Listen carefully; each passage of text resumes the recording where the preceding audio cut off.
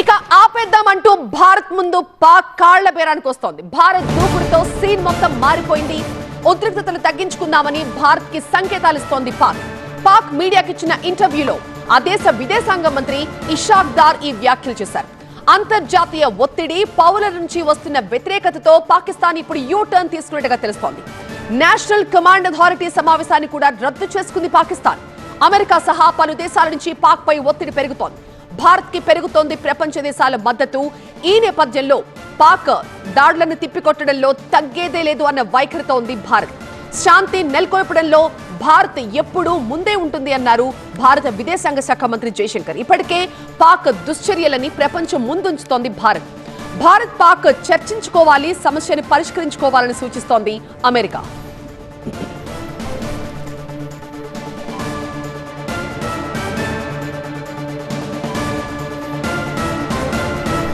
మా ప్రతినిధి ప్రభాకర్ ప్రస్తుతం లైవ్ లో జాయిన్ అవుతున్నారు మరింత సమాచారంతో. ప్రభాకర్, పాకిస్తాన్ పని అయిపోయినట్టేనా? అప్పుడే కాళ్ల బేరానికి వస్తున్నట్టుగా తెలుస్తోంది. ఆ దేశ విదేశాంగ మంత్రి చేసిన వ్యాఖ్యలు చూస్తుంటే ఏం జరగబోతుంది అనుకోవచ్చు? భారత్ ముందుగా 100 కిలోమీటర్ల మ్యాక్సిమం రేంజ్లో ఫైర్ చేసినప్పుడు అనుకుంది అసలు మమ్మల్ని టచ్ చేయలేదు, కేవలం ఇక్కడ వరకే పరిమితం అనుకుంది. కానీ ఎప్పుడైతే భారత్ బాలిస్టిక్ మిసైల్స్తో ఈరోజు ప్రధాన నగరాల్లో దాడి చేసిందో, 4 నగరాలు, దాంట్లో including capital city of Pakistan ఇస్లామాబాద్తో కూడిన 4 నగరాలు, 4 ఎయిర్ బేస్ల మీద దాడి చేసిందో అప్పుడే అర్థమైపోయింది పాక్ ఇక మా కథ ముగిసింది అన్నట్టు. దానిలో భాగంగానే ముందుగా ట్రంప్తో మాట్లాడడానికి ఒక ప్రయత్నం చేశారు. షహబాజ్ షరీఫ్ పాకిస్తాన్ ప్రధానమంత్రి మాట్లాడడానికి ట్రై చేశారు, కాకపోతే అది కూడా కుదరలేదు. దాని తర్వాత నేషనల్ కమాండ్ అథారిటీ మీటింగ్ ఉంటుంది అని అడావిడి చేశారు. అంటే ఇది ఒక అణు విధ్వంసానికి సంబంధించి చర్చలకు సంబంధించిన మీటింగ్గా దీన్ని అనుకున్నారు, కాకపోతే దాన్ని కూడా రద్దు చేసుకున్నామని చెప్పారు. దాని తర్వాత పాక్కు సంబంధించిన విదేశాంగ శాఖ మంత్రి ఇషాక్ దార్ ఒక కీలకమైన ప్రకటన చేశారు. పాక్ మీడియాతో మాట్లాడారు. మార్క్ రూబియో ఎవరైతే అమెరికా విదేశాంగ కార్యదర్శి ఉన్నారో, విదేశాంగ కార్యదర్శి ఇటు భారత్కు సంబంధించిన విదేశాంగ మంత్రితో అట్లాగే పాకిస్తాన్ విదేశాంగ మంత్రితో మాట్లాడినప్పుడు స్పష్టం చేశారు, ఇద్దరు కూడా ఉద్రిక్తతలు తగ్గించుకోవాల్సిన పరిస్థితి ఉంది అని చెప్పినప్పుడు మార్క్ రూబియోతో మాట్లాడిన తర్వాత పాకిస్తాన్ మీడియాతో ఇషాక్ దార్ మాట్లాడారు. ఇషాక్ దార్ మాట్లాడుతూ భారత్ కనుక వెనక్కి వస్తే, భారత్ కనుక తగ్గితే మేము ఉద్రిక్తతలను తగ్గించుకోవడానికి రెడీగా ఉన్నాము, మేము ఆపేయడానికి రెడీగా ఉన్నామంటూ చెప్పారు. దీనికి చాలా సింపుల్ రీజన్ మనకు కనిపిస్తుంది. ఎందుకంటే మార్నింగ్ నుంచి కూడా పాకిస్తాన్కు సీన్ అర్థమైపోయింది. ఆల్రెడీ పాకిస్తాన్ ఎయిర్ బేస్ అంతా క్లోజ్ అయిపోయింది, పాకిస్తాన్ ఎయిర్ స్పేస్ అంతా క్లోజ్ అయిపోయింది, ఎయిర్పోర్ట్లన్నీ క్లోజ్ అయిపోయాయి. కరాచీ లాంటి పెద్ద పెద్ద ఎయిర్పోర్ట్లను ఖాళీ చేసి వెళ్లాల్సిన పరిస్థితి వచ్చింది. చాలా ప్రాంతాల్లో బ్లాక్అవుట్ ఉన్న పరిస్థితి అయితే కనిపించింది. సో మొత్తానికి 48 గంటల పాటు పెట్రోల్ రేషన్ ఇవ్వాల్సిన పరిస్థితి, ఫ్యూయల్ రేషన్ ఇవ్వాల్సిన పరిస్థితి వచ్చింది. సో ఇవన్నింటి నేపథ్యంలోనే అన్నిటికీ మించి ఒక దేశం ఏదైనా ఒక స్టెప్ తీసుకోవాలి అంటే ఆ దేశ పౌరుల మద్దతు చాలా అవసరం. యాక్చువల్లీ పాకిస్తాన్కి అదే కరువైంది కదా. పహల్గామ్ ఇష్యూ తర్వాత చూసాం మనం భారతదేశంలో ఎంతమంది రోడ్ల మీదకి వచ్చారు, ఎంత దేశభక్తిని చాటుకున్నారని. కానీ ఇప్పటి వరకు పాకిస్తాన్కి సంబంధించి ఎక్కడా కూడా పెద్ద ఆందోళనలు ఏం కనబడలేవు, పెద్ద నిరసనలు ఏం కనబడలేవు. అంటే అక్కడే అర్థమవుతుంది పాకిస్తాన్కి ఈవెన్ సొంత పౌరుల మద్దతు కూడా కరువైంది అనేది. సో దానిలో భాగంగానే ఈ మొత్తం సీన్ అంతా అర్థమైన తర్వాతనే ఇప్పుడు ఇక ఆపేద్దామంటూ కాలబేరానికి వచ్చిన పరిస్థితి కనిపిస్తుంది.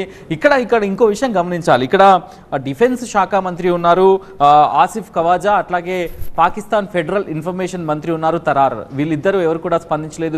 విదేశాంగ శాఖ మంత్రి మాత్రమే స్పందించారు. Even national command authority committee కూడా రద్దయినట్లు మార్నింగ్ నుంచి కూడా దీనిపైన అడావిడి చేశారు. కాకపోతే ఎక్కడా కూడా ఈవెన్ దాన్ని మేము అసలు డిఫెన్స్కి సంబంధించిన ఈ నేషనల్ కమాండ్ అథారిటీకి సంబంధించిన సమావేశం గురించి మాట్లాడలేదు అంటూ మాట మార్చారు. ఇవన్నీ చూస్తుంటే ప్రజల నుంచి మద్దతు కరువైంది, పక్క దేశాల నుంచి మద్దతు కరువైంది, కనీసం పొరుగు దేశాల మద్దతు అయినా దొరుకుతుంది. ఎవరైనా మాకు బహిరంగంగా మాట్లాడతారు అనుకుంటే అది కూడా కరువైపోయింది. సో ఈ నేపథ్యంలోనే ఒంటరిగా పాకిస్తాన్. కానీ ప్రభాకర్, నిన్న మనం చూసిన న్యూస్ ప్రకారం నేషనల్ కమాండ్ అథారిటీ సమావేశం జరిగింది. ఈ సమావేశంలో అణ్వాయుధాల గురించి కూడా ఒక డిస్కషన్ వచ్చింది అన్న వార్త నిన్న మనం విన్నాం.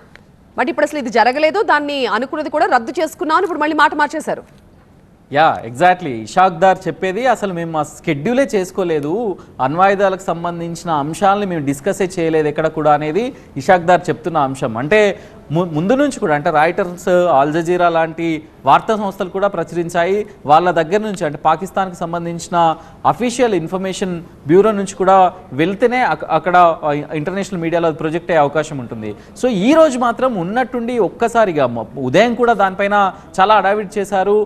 నేషనల్ కమాండ్ అథారిటీ సమావేశం జరుగుతుంది, అణ్వాయుధాల గురించి చర్చ జరుగుతుంది, అణ్వాయుధాలకు సంబంధించిన ఒక ప్రోగ్రెస్ ఉంటుంది, దానికి సంబంధించిన ప్రకటన ఉంటుంది అనేది అయితే ఎక్స్పెక్ట్ చేశారు. కాకపోతే ఉన్నట్టుండిగా ఒక్కసారిగా దీనిపైన అసలు మేము డిస్కషనే చేయలేదు, అది మా స్కెడ్యూల్లోనే లేదు అని మాట మార్చేశారు. దాంతోపాటుగా ఎప్పుడైనా కూడా ఈవెన్ కంపల్సరీగా ఫెడరల్ ఇన్ఫర్మేషన్ మినిస్టర్ ఎవరైతే ఇప్పుడు తరారు ఉన్నారు పాకిస్తాన్లో, సో ఆయన ఈ మొత్తం వ్యవహారం పహల్గామ్ ఇష్యూ అప్పటి నుంచి ఇప్పటిదాకా ఆయన ముందుకొచ్చి మాట్లాడారు. కాకపోతే ఈరోజు సడన్గా డిఫెన్స్ మినిస్టర్ ఒక స్టేట్మెంట్ని ఇచ్చి చేతులు దులుపుకున్నట్టుగానే అర్థమవుతుంది. సో దీని అంతటికీ కూడా కారణం బయట ప్రపంచ దేశాల నుంచి భారత్కు వస్తున్న మద్దతు, అట్లాగే పాకిస్తాన్ ఒంటరవుతున్న పరిస్థితి, ఇదంతా చూసే పాకిస్తాన్ ఈ నిర్ణయానికి కాలభారానికి వచ్చినట్టు తెలుస్తుంది. ఈరోజు అమెరికా రూపంలో ఒక మీడియేషన్ జరిగినట్టుగానే మనం చూడొచ్చు. అమెరికా కనుక ఇన్వాల్వ్ కాకపోయి ఉంటే ఈవెన్ మార్నింగ్ నుంచి కూడా ట్రంప్ కాల్ కోసం వెయిట్ చేశారు, ట్రంప్ కాల్ కోసం సంప్రదించారు, అది జరగలేదు. కాబట్టి అమెరికా విదేశాంగ కార్యదర్శి మాట్లాడారు కాబట్టి కొంత మీడియేషన్ జరగడానికి అయితే ప్రయత్నం చేశారు. దాంతోపాటుగా చాలా లాస్ జరిగింది పాకిస్తాన్కి. ఈరోజు జరిగిన బాలిస్టిక్ మిసైల్స్ దాడిలో చాలా వరకు ఎయిర్ బేస్లు ధ్వంసమైపోయాయి, ప్రధాన నగరాలు ధ్వంసమవడం అసలు ఎక్స్పెక్ట్ చేయలేదు. ఎక్కడ కూడా బాలిస్టిక్ మిసైల్స్తో దాడి చేస్తా అనేది పాకిస్తాన్ అయితే ఎక్స్పెక్ట్ చేయలేదు. ఇక్కడ నిన్న 3 ఫైటర్ జెట్లు కూలిపోయాయి, ఈరోజు మళ్ళీ 2 ఫైటర్ జెట్లను కూల్చేశారు. సో మొత్తం అంటే త్రిముఖ వ్యూహంతో మొత్తం త్రివిధ దళాలన్నీ కూడా కంప్లీట్గా పాకిస్తాన్ ప్యాక్ చేసేసాయి. ఎక్కడా కూడా అవకాశం ఇవ్వలేదు, డిఫెండ్ చేసుకునే అవకాశం కూడా పాకిస్తాన్కు ఇవ్వకపోవడం వల్ల డ్రోన్స్ను కూల్చేస్తున్నారు. ఇక్కడ యాంటీ డ్రోన్ సిస్టమ్ యాక్టివేట్ అయింది, యాంటీ మిసైల్ సిస్టమ్ యాక్టివేట్ అయింది, సుదర్శన్ చక్ర లాంటి సిస్టమ్స్ ఇక్కడ యాక్టివేట్ అయ్యాయి. సో ఎక్కడ కూడా అవకాశం ఇవ్వట్లేదు, మొత్తాన్ని కూడా దిగ్బంధించారు పాకిస్తాన్ రక్షణ వ్యవస్థను, త్రివిధ వాళ్ళ ఎయిర్ ఫోర్స్ని కంప్లీట్గా, వాళ్ళ మిలిటరీని ఈవెన్ షెల్లింగ్ చేస్తున్నారు తప్ప కేవలం సివిలియన్స్ పైన దాడులు చేస్తున్నారు తప్ప తాము భారతదేశం చేసినట్టుగా, భారత్ చేసినట్టుగా ఎక్కడా కూడా దాడులు చేయడానికి అంత ప్రాపర్ ప్లానింగ్ అంటూ ఏది కూడా లేకుండా ప్రపంచం ముంగట నవ్వుల పాలయ్యారనే చెప్పొచ్చు. ఈ రోజు వరకు కూడా భారత్ అదే క్లెయిమ్ చేస్తుంది. మేము మొదట ఉగ్ర స్థావరాలతో స్టార్ట్ చేసాం, తర్వాత ఆర్మీ బేస్ క్యాంప్స్, తర్వాత వైమానిక బేస్ ఎయిర్ బేస్లకు వెళ్ళాం. కాకపోతే పాకిస్తాన్ మాత్రం నేరుగా వచ్చి ఇళ్లపైన డ్రోన్స్ను వేస్తుంది, మిసైల్స్ను వేస్తుంది, ఫైటర్ జెట్లతో భారత ఎయిర్ స్పేస్లోకి వచ్చే ప్రయత్నం చేస్తుంది. సో అన్నీ కూడా కంప్లీట్గా దొంగ దెబ్బ తీస్తుంది అనేది భారత్ ఆరోపిస్తుంది. సో ఇదంతా కూడా ప్రపంచం ముందర ఎక్స్పోజ్ అయింది, ప్రపంచం ముందర కనబడుతుంది. కాబట్టి ఏ దేశం కూడా మద్దతుగా వచ్చి పాకిస్తాన్కి నిలిచిన సందర్భం డైరెక్ట్గా అయితే లేదు.